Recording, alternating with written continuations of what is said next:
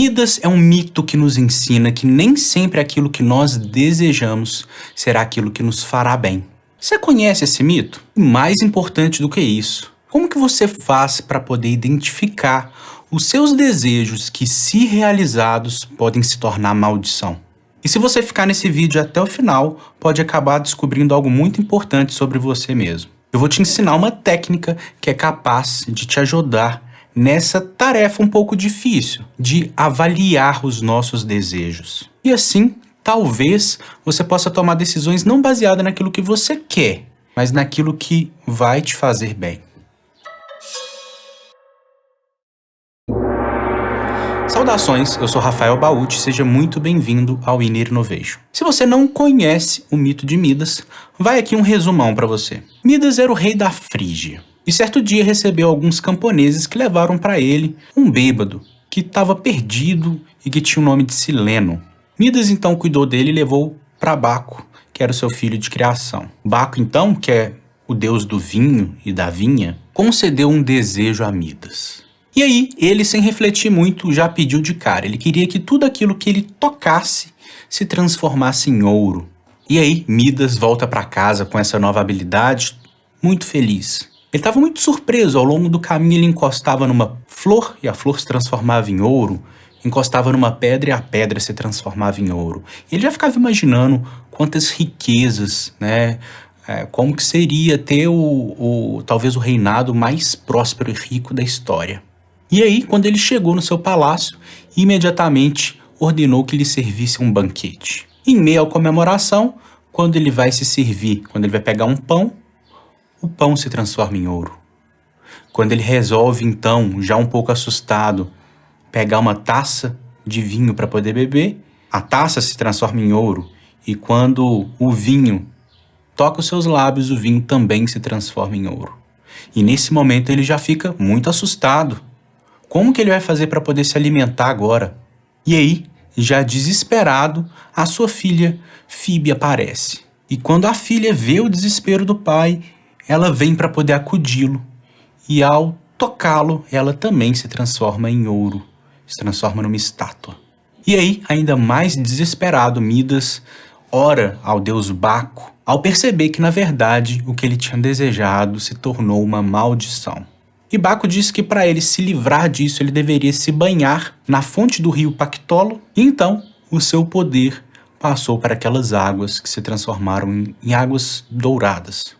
Midas se arrependeu da sua ganância e voltou aos campos para uma vida mais simples. Bem, os mitos são muito importantes para que a gente possa refletir sobre alguns aspectos de vida. E o seu aspecto, por ser um pouco mais dramático, geralmente ajuda a gente a entender melhor, a gente fixar essa história. Mas a questão é, você é capaz de identificar em si quais são esses desejos de Midas, que poderiam, se você conquistasse, transformar em maldição? Bem, não é só na mitologia que somos advertidos quanto ao errar o alvo, sermos levados pelos vícios e assim nos afastarmos da noção de Deus. Nós temos uma riqueza simbólica na literatura em geral. Eu acredito, é bem possível que você tenha algum tipo de moral internalizada, seja ela de origem religiosa ou não. Mas quando a gente está trabalhando no campo terapêutico, a gente trabalha a partir de uma perspectiva pessoal. Então, não se trata de estabelecer uma regra que supostamente nos afastaria ou aproximaria dessa noção de Deus. Ou mesmo ter um comportamento que é aceito ou não socialmente. Ou seja, sempre aspectos externos. Aqui, a nossa perspectiva vai se dar no campo singular, pessoal, interno. Anterior a qualquer moral, a qualquer sentimento de culpa, de estar errado quanto ao que pensa, de estar errado quanto ao que sente, e inclusive de estar errado quanto ao que deseja. O que é que você experimenta enquanto ser humano? No ambiente terapêutico, é seguro, é permitido sentir, pensar e desejar absolutamente qualquer coisa. Não é um ambiente para julgamento moral de cada uma desses aspectos da experiência humana, dos aspectos da nossa vivência interna. E a partir desta experiência, com gentileza, nós vamos vendo como que esse desejo está interagindo com seus outros aspectos psíquicos, que são vários, né?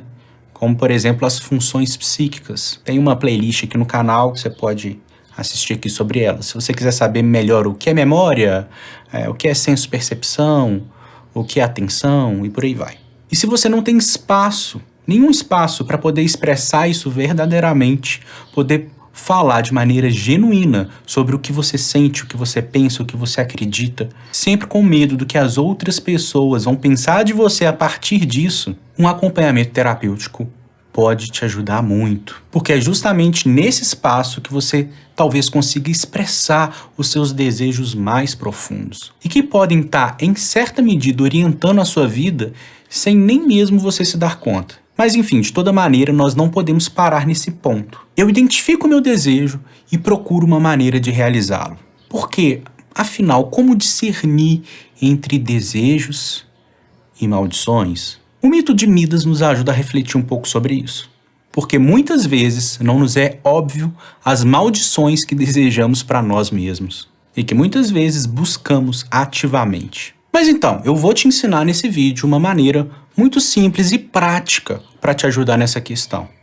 E mais do que isso, eu vou te apresentar uma ferramenta terapêutica gratuita que vai te auxiliar a filtrar os desejos das maldições. E esse filtro é importantíssimo porque também não se trata de simplesmente abrir mão de tudo aquilo que desejamos, o que pode se tornar num caminho bastante complicado e controverso. Muitas vezes muito mal compreendido dentro da sabedoria oriental. Porque é comum falar sobre abrir mão do desejo dentro de uma perspectiva budista, mas na minha interpretação quanto a isso, se trata muito mais de abrir mão da forma, pela via automatizada da satisfação das necessidades. E talvez a palavra que melhor descreva isso é o apego. Enfim, mas isso é só minha opinião.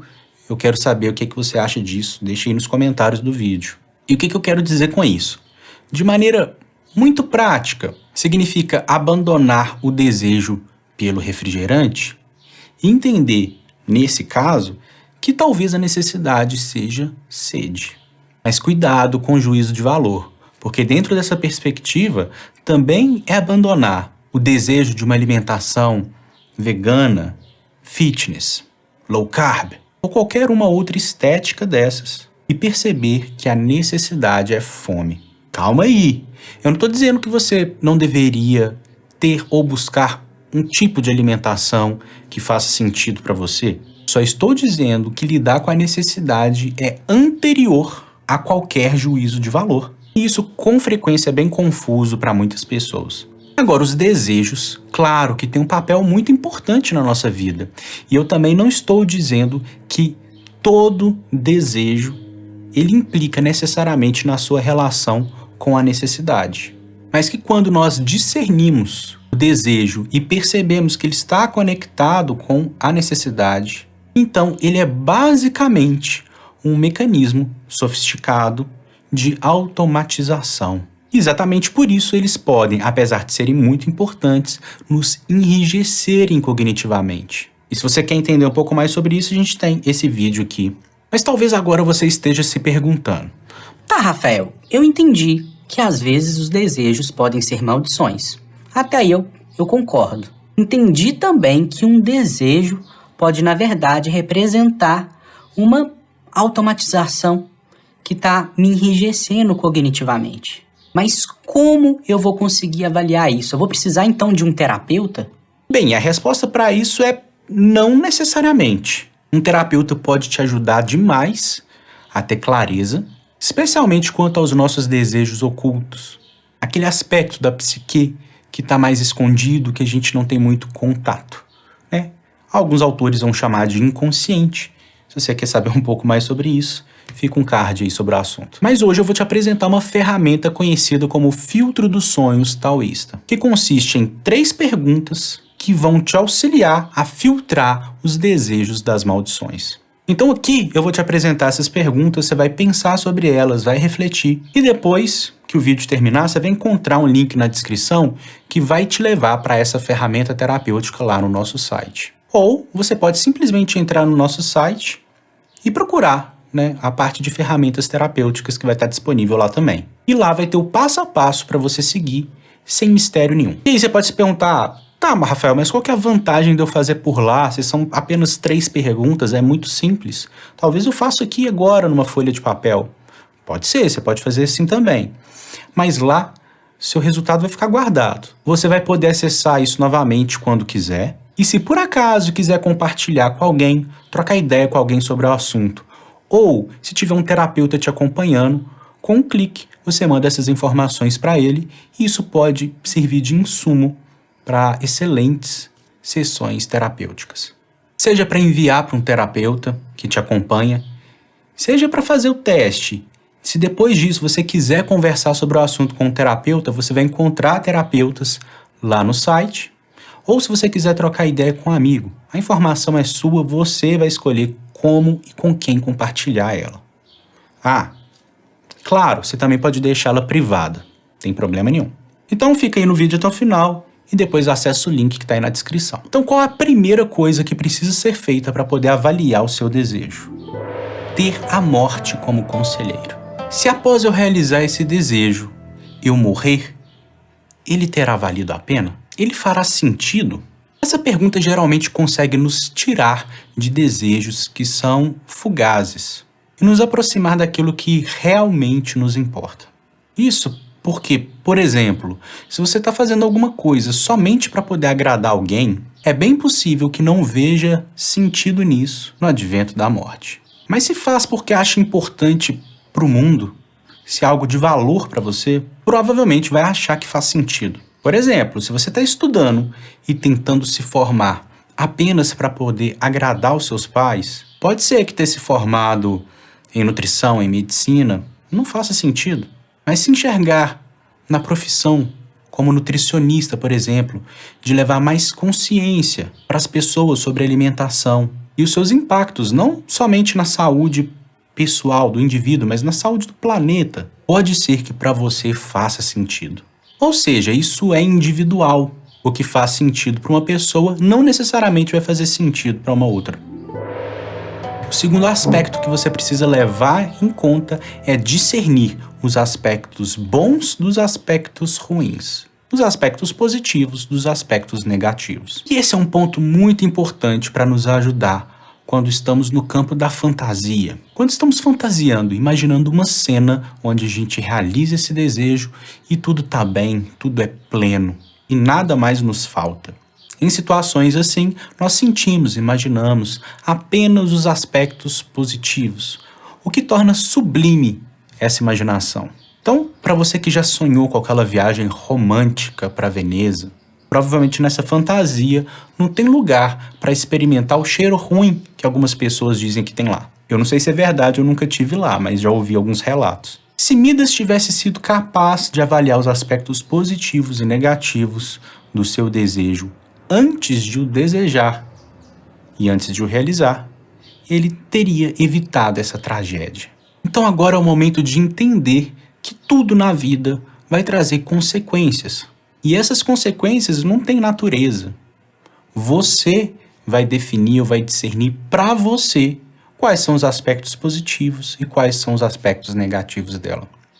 Bem, talvez eu esteja aqui um pouco repetitivo, né? Sempre dizendo isso é pessoal, isso é singular, mas a realidade humana é essa. Porque algumas pessoas adoram passar tempo trabalhando, né, com um certo nível de estresse. Outras pessoas olhariam para isso como um aspecto negativo.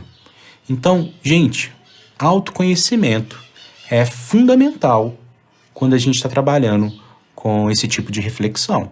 E eu sugiro que vocês passem um bom tempo nesse passo a passo. Não tenta resolver isso muito rápido, porque a gente pode negligenciar facilmente alguns aspectos negativos daquilo que a gente quer. E a gente evita isso para a gente deixar essa fantasia o mais viva possível. Mas cuidado com essa armadilha. Quem aí nunca se pegou imaginando a vida perfeita? Como seria se ganhasse na Mega Sena? Como que vai ser depois que eu entrar na faculdade? Como vai ser quando eu construir a minha empresa? Basta conversar com as pessoas que realizaram essas coisas e você vai escutar. Eu acredito que de quase todos eles, de que é muito bom, mas não é bem assim. Então esses 3 pontinhos não é bem assim, né? O que essa pessoa está dizendo com isso? Olha, realizar aquilo que a gente deseja é muito bom, mas ela vai trazer consequências e é bom que você esteja ciente delas, seja para voltar atrás, né? Ou seja, perceber que esse desejo não é para você, ou estar preparado, ter ativado o mecanismo de antecipação para poder lidar melhor com as frustrações dos desafios de ter esse seu desejo realizado. Agora, uma dica valiosa: peça ajuda. Se você tem um terapeuta, converse com ele sobre isso, que ele vai te ajudar. Mas se não, converse com as pessoas que você tem confiança, com amigos próximos, com pessoas que possam te apontar os pontos que talvez você esteja negligenciando. Outra dica muito importante: converse com alguém, ou com algumas pessoas de preferência, que tem isso que você deseja. Se você tiver acesso a pessoas que já conquistaram o que você deseja, elas vão te dar informações muito valiosas. E claro, provavelmente vão saber dizer sobre os aspectos negativos de ter conquistado. Você já ouviu alguma entrevista de alguma pessoa muito famosa dizendo sobre quanta falta eles sentem de poder simplesmente ir na padaria comprar pão? Então, quando a gente está fantasiando o nosso sucesso e nosso estrelato, a gente acaba deixando de lado esses pequenos detalhes.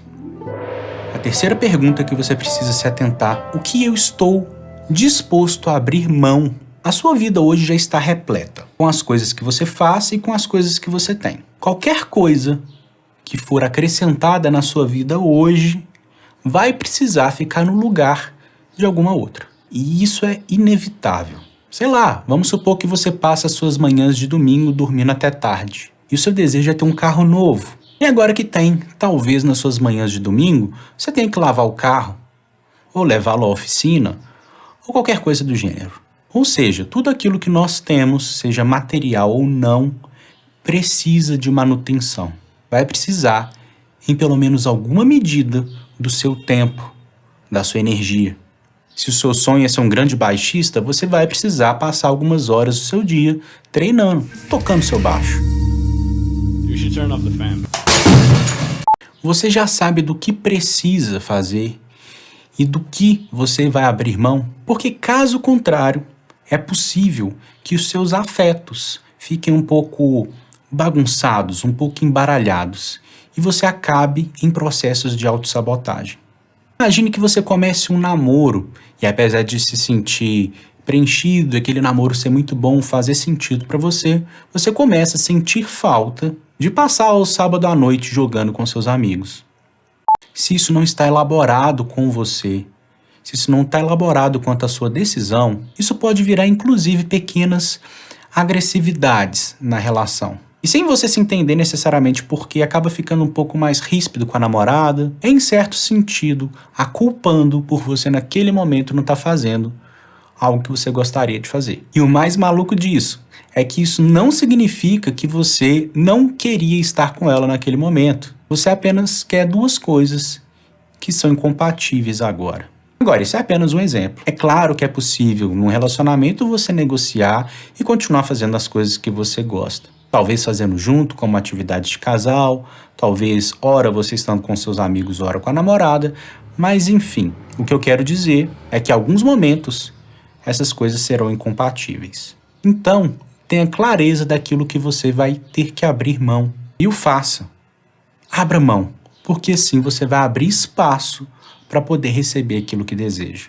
E aí, será que o seu desejo passa por esses 3 filtros? Então deixa aí nos comentários se ele passou ou não e onde é que ele foi barrado. Bem, a nossa cultura coloca o desejo como algo que tem que ser conquistado, muitas vezes a todo custo. E aí, eu acho que nós temos que tomar um certo cuidado com isso. Especialmente, é uma cultura que nos estimula ao consumo e ao desejo o tempo todo. Para a sabedoria taoísta, as realizações de vida, elas são estimuladas, inclusive. E não há um juízo de valor daquilo que deve ser desejado, daquilo que deve ser uma realização, que deve ser uma conquista, ou que seja uma conquista mais nobre em detrimento de outras. Você pode desejar ser famoso, ser rico, inventar algo grandioso, levar paz ao mundo, ou, sei lá, plantar uma floresta inteira com as suas próprias mãos. E nenhum desses desejos é maior ou mais nobre do que os outros. Meio maluco isso, né? A questão central aqui é você estar consciente quanto ao seu sonho e do que ele implica. E assim, permitir que ele te forneça energia para o movimento da vida, te afastando das frustrações de ter aquilo que não deseja, de tentar agradar outras pessoas, que talvez você nem goste tanto assim, e de viver uma vida que te venderam por aí, somente para você fazer o que esperam que você faça. Então agora é a hora que você vai até o nosso site para colocar isso em prática. E se você ficou aqui até o final, tenho um presente para você. De verdade, a gente preparou um e-book para você com todas essas informações, para você imprimir, ler, guardar, entregar para alguém que talvez precise dessas informações, e o link está aí na descrição. E claro, não seja, gente, uma pessoa ingrata que vem aqui, aproveita o vídeo e vai embora. Deixa aqui a sua contribuição para o canal, porque nós dependemos muito de você. E você ajuda dando like, comentando o vídeo, compartilhando para pessoas que possam se interessar por esse tipo de conteúdo, porque se esse vídeo te ajudou, ele pode ajudar muitas outras pessoas e talvez você seja a pessoa que ajuda a levar isso adiante.